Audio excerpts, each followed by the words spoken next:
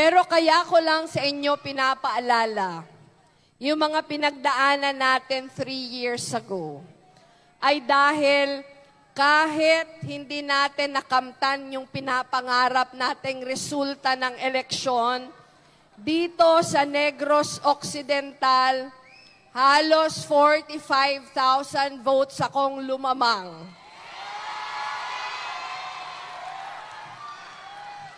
Nanalo tayo dito sa Negros Occidental. Sa gitna ng napakaraming pagsubok, yung boses ninyo yung nanaig. At dahil napakita natin na sa gitna ng maraming kahirapan, pag tayo ay nagkakaisa sa pakikipaglaban sa bayan, magtatagumpay tayo. At dapat hindi natin sayangin yung nasimulan natin 3 years ago. Kasi pinakita natin na yung boses natin malakas, na kahit maraming kahirapan, basta para sa bayan, lalo tayong naglalakas loob pa. Dahil alam natin na ang pinapakipaglaban natin, hindi lang yung mga kandidato natin, pero yung minamahal nating bayang Pilipinas. Ngayon, nahaharap na naman tayo sa isa pang laban. Midterm elections.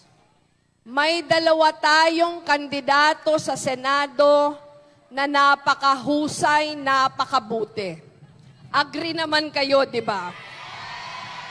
At yun yung dahilan kung bakit nandito kayo.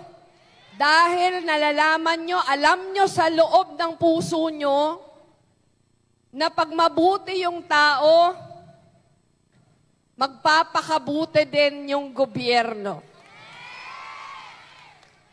Ang pinaglalaban natin ngayon, na etong 2 matino at mahusay na kandidato natin, maibalik natin sila sa Senado. Sino ba si Kiko Pangilinan?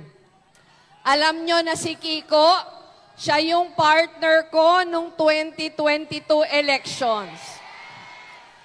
Nung nagdesisyon akong tumakbo, pinakiusapan ko si Kiko Pangilinan. At alam nyo ba, nung araw, kasi very late na ako nagdesisyon, nung araw na kinausap ko siya, ready na siya sa kanyang Senate campaign. Meron na siyang mga tarps, Kiko Pangilinan for Senator. Meron na siyang mga t-shirt, Kiko Pangilinan for Senator. At ready na siyang mag-file ng Certificate of Candidacy the following day. Pero nung kinausap ko siya, alam niya ang pakiusap ko hindi para sa sarili ko, kundi para sa bayan. Ang sinabi niya sa akin, hihingi lang ako ng konting panahon para makausap ko yung pamilya ko. After several hours, tumawag siya. Ang sabi niya, naalala ko pa, nasa Amerika noon si Sharon. Ang sabi niya, nakausap ko na si Sharon, kung pwede bang pagdasalan lang namin ngayong gabi. Handa na akong i-reject. Akala ko the following day, tatawagan ako, sasabihin na hindi. Pero the following day, sabi niya sa akin, sige ma'am, para sa bayan, lalaban. Napakalaking personal na sakripisyo para sa kanya. Pero ginawa niya para sa bayan. At yun din yung dahilan kung bakit siya yung aking choice maging Vice President. Dahil alam ko, matino at mahusay na tao. Hindi na bahira ng kahit anong kasamaan yung kanyang pangalan. Kahit napakatagal ng panahon naninilbihan.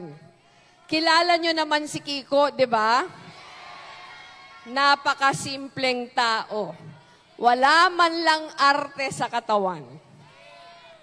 Kaya, ang pakiusap ko, kung tinulungan nyo siya bilang Vice President, doble, triple pa, tutulungan natin siya bilang senador. Si Bam Aquino. Bakit si Bam Aquino? Bakit si Bam? Unang-una, napakahusay. Alam nyo ba na summa cum laude si Bam Aquino? Management Engineering sa Ateneo de Manila University. Batch valedictorian. Sa college yan, ha? College. Pero nakita nyo, napakasimple din. Hindi pinagyayabang ang kahusayan. Nung natulak akong kumandidatong Vice President, wala akong ibang choice kung sino ang aking magiging campaign manager kundi Bam Aquino.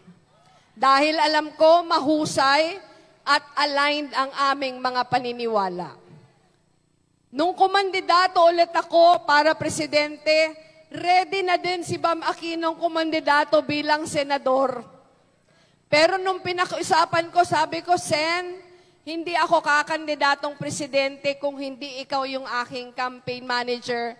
Iniwan yung Senate run na pinaplano niya. Ang dalawang ito, handa laging magsakripisyo para sa bayan. Dapat tayo rin.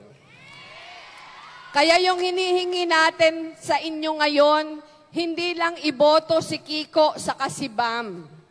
Pero kung ano yung sigasig sa pagkampanya nyo para sa amin noong 2022, sana doblehin, triplehin pa natin ngayon. Pwede ba yon? Pwede ba yon? Pag nangyari yon, babalik kami ditong tatlo at magse-celebrate tayo. Hindi tayo lugi dito sa dalawang ito. Nakita natin yung kanilang record sa Senado. Hindi natin ikahihiya, hindi sayang yung boto. Diba?